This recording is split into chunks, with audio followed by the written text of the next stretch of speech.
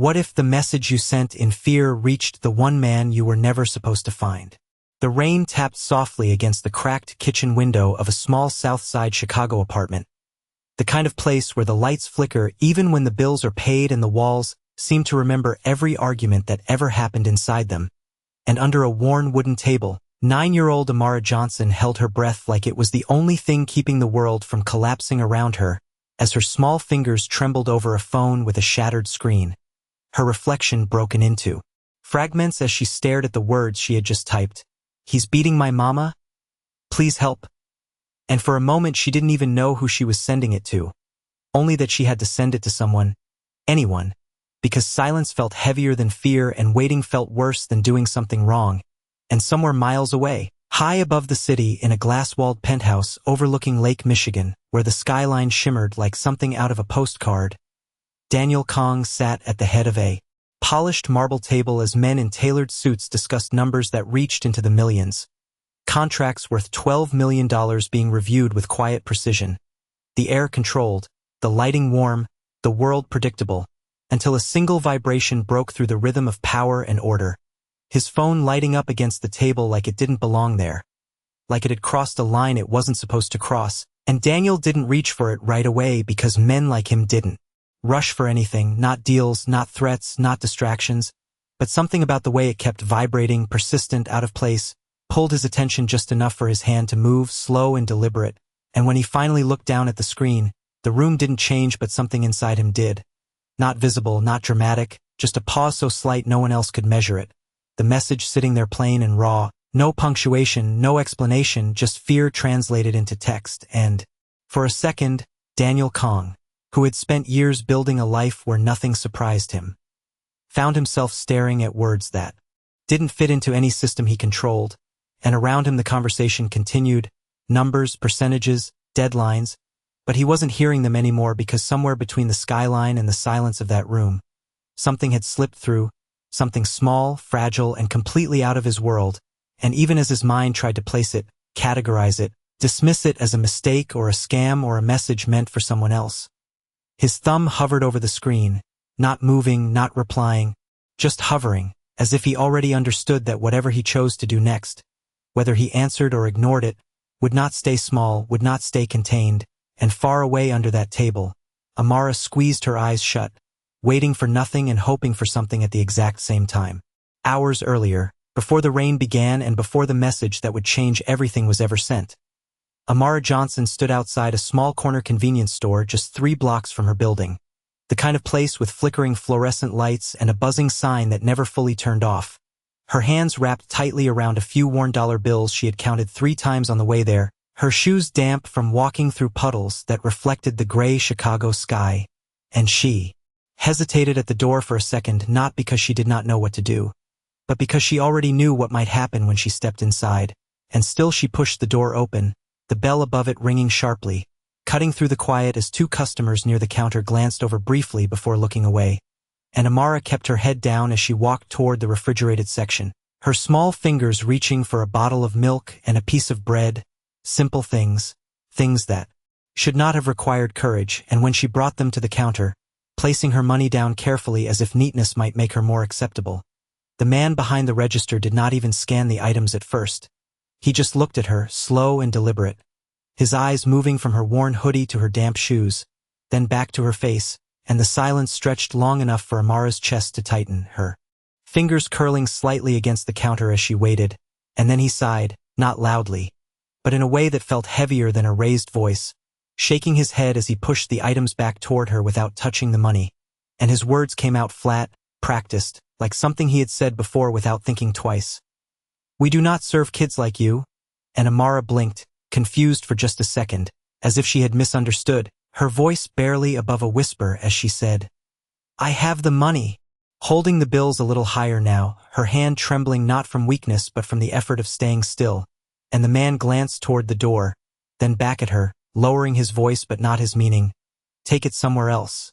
And one of the customers shifted uncomfortably but said nothing, and Amara stood there for one more second, just one, as if giving the world a chance to correct itself, but it did not, and slowly she lowered her hand, gathering the money back into her palm before picking up the bread and milk, not in anger, not in defiance, but in quiet acceptance, turning toward the door as the bell rang again when she pushed it open. The cold air outside hitting her face as she stepped back onto the street. And she did not cry, not then, because crying would have made it real in a way she was not ready to accept. So she just walked, holding the items close to her chest, her eyes fixed on the cracked pavement ahead, and as she reached the corner where the streetlight flickered unevenly, she paused for a moment, looking back at the store, its light glowing behind the glass like something distant and unreachable. And then she turned away, continuing toward home, toward the place where silence was never truly quiet, and hours later, under that same roof, with the same bread sitting untouched on the counter, the memory of those words lingered in the air like something unfinished, something that had already begun shaping the choices she would make when the night fell apart, and as the rain finally started to fall against the windows, soft at first and then steady, it carried with it the weight of everything she had not said, everything she had learned without being taught, and everything that would soon collide with a world she had never even imagined existed. The apartment felt smaller as the rain grew heavier, each drop against the window marking time in a rhythm Amara could not control, and from her place beneath the table she could hear movement in the next room. Not clearly, not in full sentences, just fragments of sound that carried tension instead of meaning. And she pressed her hands tighter against her ears for a moment before lowering them again because she needed to listen, needed to know when it was safe to move, when it was safe to breathe normally again. And across from her, Lydia sat on the edge of a chair, her posture rigid in a way that spoke more of restraint than calm, her eyes flicking toward the doorway every few seconds as if measuring distance, calculating something silently. And then she looked at Amara, not directly at first, but just enough for their eyes to meet for a brief second. A look that carried more instruction than any words could: stay quiet, stay small, stay safe. And Amara nodded without realizing. She had done it, her small body instinctively folding into itself as if she could disappear into the shadows of the room. And somewhere beyond the thin walls a door closed, not loudly, but with a finality that changed the air, and Lydia stood slowly, her movements careful, controlled, as she stepped toward the hallway, pausing only once to glance back at her daughter. And in that pause something passed between them, something unspoken but understood. And then she was gone from Amara's line of sight, leaving the girl alone with the ticking of an old clock and the steady sound of rain. And seconds stretched longer than they should have, each one feeling heavier than the last, until Amara's phone vibrated again in her hand, pulling her attention back to the small glowing screen, the message still there: stay where you are. And she read it again, slower this time, as if the meaning might change, but it did not, and she did not know who had sent it, did not know why they had answered her at all, only that someone had, and that alone felt different from every other time she had whispered for help into silence, and her fingers hovered over the screen before she typed again, carefully, please hurry. The words simple but carrying everything she did not have the language to explain, and she hesitated for just a second before pressing send, her breath catching as the message disappeared. And in that same moment, something shifted in the apartment, not loud, not sudden, but enough to make her look up, her eyes moving toward the hallway where the light flickered once, twice, before, steadying again, and she could feel her heart beating faster now, not because something had happened, but because something might. And far across the city, Daniel Kong stepped into the private elevator of his building, the doors closing silently behind him as the world of polished marble and controlled power sealed itself away above, and he stood alone in the descending space, his reflection staring back at him from the mirrored walls, composed as always, but his eyes sharper now, more focused, as he replayed the messages in his mind, each word examined, weighed, questioned, because even as he moved toward the address he had mapped out from a single image, doubt had not fully left him. It had only changed shape, becoming something quieter, something that followed him instead of stopping him. And when the elevator reached the ground floor, the doors opened to the dim glow of the parking level, the air cooler, heavier, carrying the scent of concrete and rain, and Daniel stepped forward. Without hesitation this time, his footsteps measured, deliberate, as a black sedan waited with its engine already running, and the driver glanced at him briefly through the rearview mirror as he entered, saying nothing, because silence was part of the language they understood best. And as the car pulled out into the rain-soaked streets of Chicago, the distance between two worlds began to close, not evenly, not predictably, but with a momentum neither side could stop. And in that moment, neither Daniel nor Amara knew that what had started as a single message had already set something much larger in motion. Something that would not end the way either of them expected. The city blurred past the tinted windows of the black sedan as rain streaked across the glass in uneven lines, distorting the streetlights into long golden trails that seemed to stretch and disappear with every turn, and Daniel Kong sat in the back seat without moving, his posture straight, his hands resting loosely but deliberately on his lap, the same composed presence he carried into every negotiation, every meeting, every decision that shaped the invisible empire he controlled. Yet tonight there was a subtle difference, not in how he looked, but in what he allowed himself to consider, because the messages from the unknown number had not left his mind.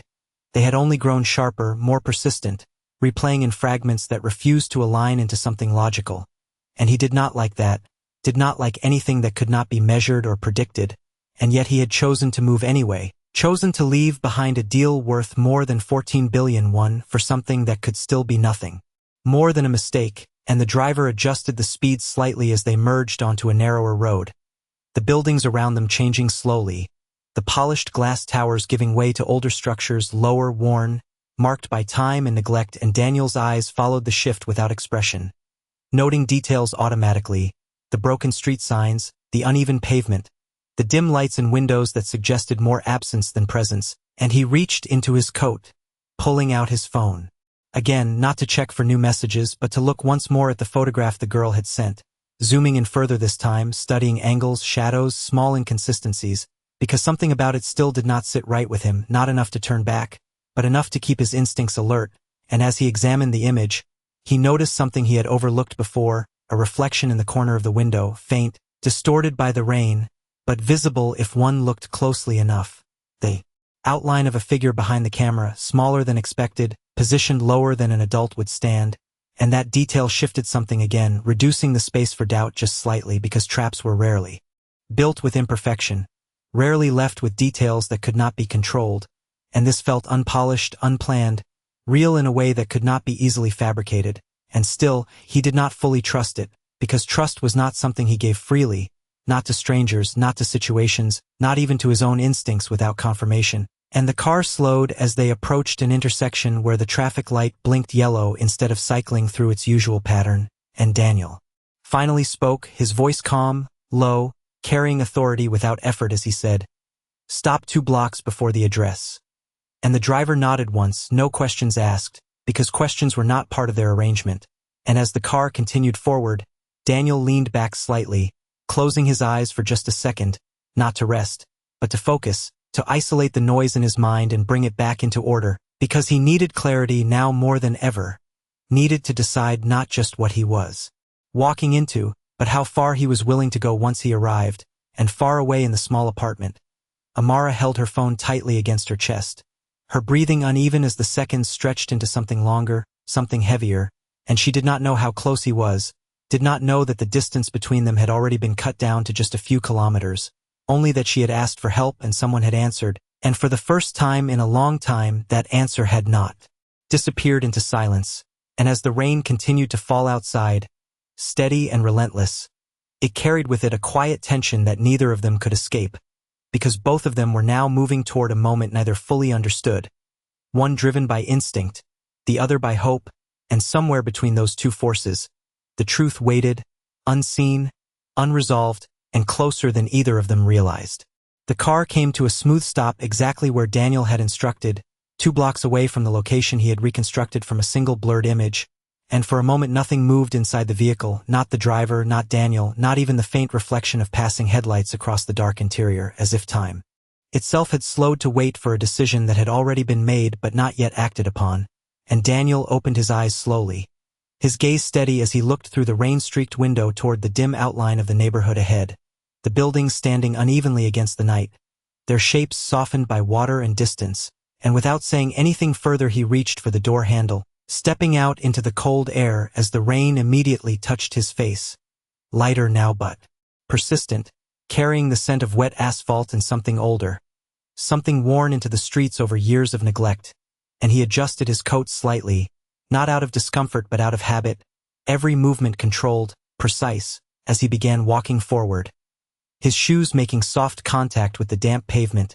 each step deliberate, measured, as if he were approaching a negotiation rather than an unknown situation, and behind him the car remained where it was, engine running, a silent presence waiting without expectation because Daniel had chosen to proceed without backup, without visible power, a decision that would have surprised anyone who truly understood how he operated, and yet it felt necessary in a way he could not fully explain, because something about this did not belong to the world he controlled, and bringing that world into it too quickly might distort what was actually there. And as he moved deeper into the block, the details became clearer, the flickering streetlight casting uneven shadows across cracked sidewalks, the quiet hum of distant traffic barely reaching this part of the city. And in one of the windows ahead he saw a faint glow, not bright, not inviting, just present, and his eyes narrowed slightly as he slowed his pace, observing without announcing himself, because observation always came before action, always, and as he studied the building, something caught his attention again, a small detail that did not align with his expectations. A piece of paper taped to the inside of the window, barely visible through the rain, with a drawing on it, simple, uneven lines forming shapes that could only have been made by a child, and that detail, insignificant on its own, shifted something once more, because it reinforced what he had already begun to suspect, that this was not constructed, not staged, but lived in, imperfect and real, and yet even as that realization settled in, his instincts did not fully relax, because reality could still hold danger, and unpredictability was its own kind of threat. And inside the apartment, Amara felt something she could not name, not a sound, not a sight, but a change in the air, as if the space itself had shifted slightly, and she looked toward the door instinctively, her breath catching again,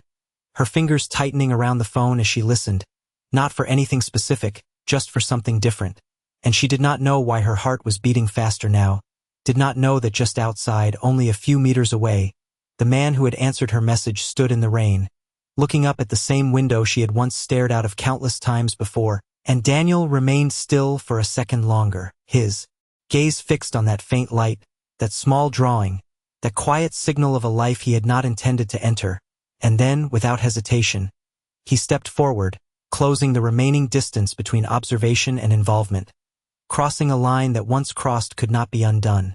And in that moment, the distance between power and vulnerability, between control and uncertainty, narrowed to something almost tangible, something that neither of them could step away from now. Inside the apartment, the air felt heavier than before, as if something unseen had entered the space without making a sound, and Amara shifted slightly beneath the table,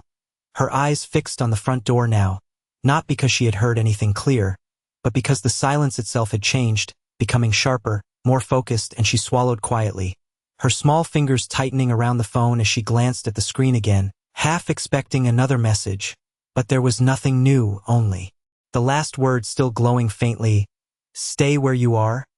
and she whispered to herself without sound, repeating it like a rule she could follow, like something that might keep everything from getting worse. And in the hallway, Lydia stood near the wall, her hand resting against it for balance as she listened carefully, her breathing controlled but uneven beneath the surface, and there was something in her expression now that had not been there before, not just fear, but urgency, as if time had shortened, as if something was coming closer whether they were ready or not. And from another room, Marcus moved with a restless energy, not loud, not chaotic, but searching, opening drawers, shifting objects, his frustration contained but present in the way he paused between movements, as if expecting something to appear that never did. And his voice came through once, low and strained, repeating the same question again. "Where is it?" And Lydia closed her eyes briefly at those words, not in refusal but in recognition, because she knew exactly what he was asking for, and she turned her head slightly toward the kitchen, toward where Amara was hiding, her gaze lingering for a second longer than before. And in that look there was something deeper, something protective, something final. And outside, just beyond the door, Daniel Kong stood still, close enough now to hear the faint movements inside. Not clearly, not enough to understand every word, but enough to confirm what his instincts had already begun to accept, that this was not a staged situation, not a calculated trap, but something real unfolding in real time. And he tilted his head slightly, listening with the kind of focus that had once allowed him to survive situations far more dangerous than this, filtering out the rain, the distant traffic, the small sounds of the city, isolating only what mattered, and his expression remained unchanged, calm, unreadable. But his eyes sharpened as he processed the rhythm of movement inside, the spacing of voices, the pauses between them, because even without seeing, he could begin to map the scene, could begin to understand positions, distance, intention, and yet there was something he could not map, something that did not belong to structure or strategy, and that was the presence of the child, the unknown variable that had drawn him here in the first place, and for a brief second something unfamiliar moved through him, not hesitation, not fear, but something closer to restraint, as if he were aware that whatever he did next would not only resolve a situation, but define it, and inside, Amara felt it again, stronger this time, a shift that made her lift her head slightly, her eyes moving toward the door with a quiet certainty she could not explain, as if something had arrived without announcing itself, and she held her breath without meaning to, listening for something, anything, and in that same moment, Daniel raised his hand toward the door, not knocking yet, not entering, just pausing with his fingers inches away from the surface,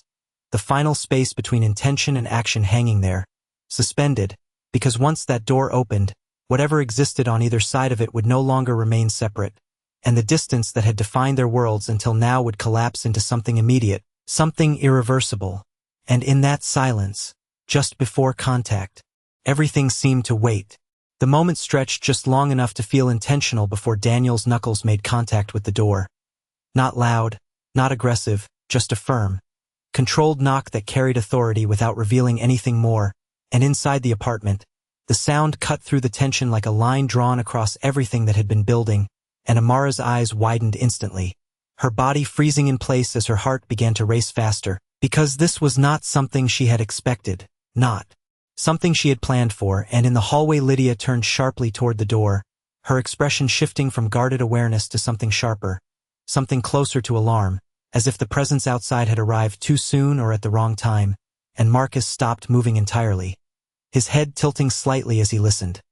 his posture changing in a way that suggested attention rather than surprise, and for a second no one spoke, no one moved, the entire apartment holding its breath, around that single point of contact, and then the knock came again, exactly the same as before, measured, steady, patient, and Daniel remained where he stood, his hand lowering back to his side as he waited, not forcing entry, not announcing himself, because control did not require noise, and he knew that whatever was behind that door would respond, one way or another, and inside, Lydia took a slow step forward, her hand lifting slightly as if to stop something before it began.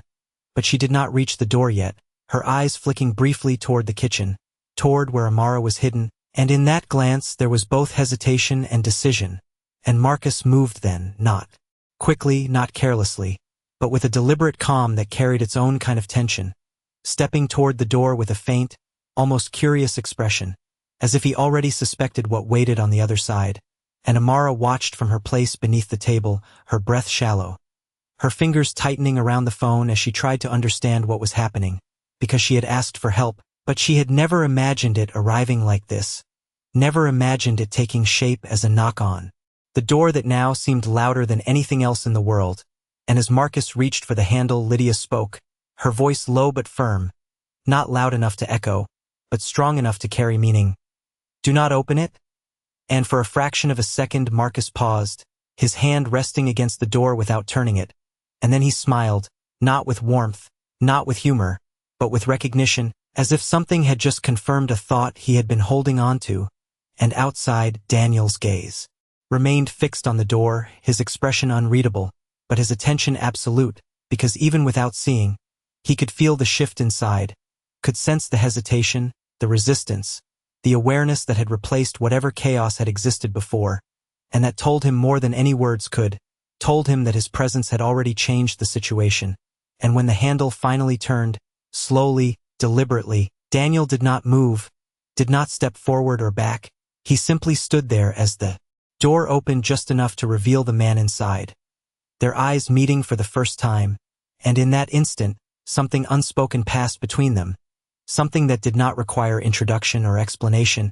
because Marcus Reed did not look surprised, did not look confused, he looked certain, and Daniel recognized that certainty immediately, not as fear, not as ignorance, but as something far more dangerous, awareness, and for the first time since receiving the message, Daniel understood that this moment was not unfolding by chance, that whatever he had stepped into had already been waiting, already been forming long before a child's plea had reached his phone.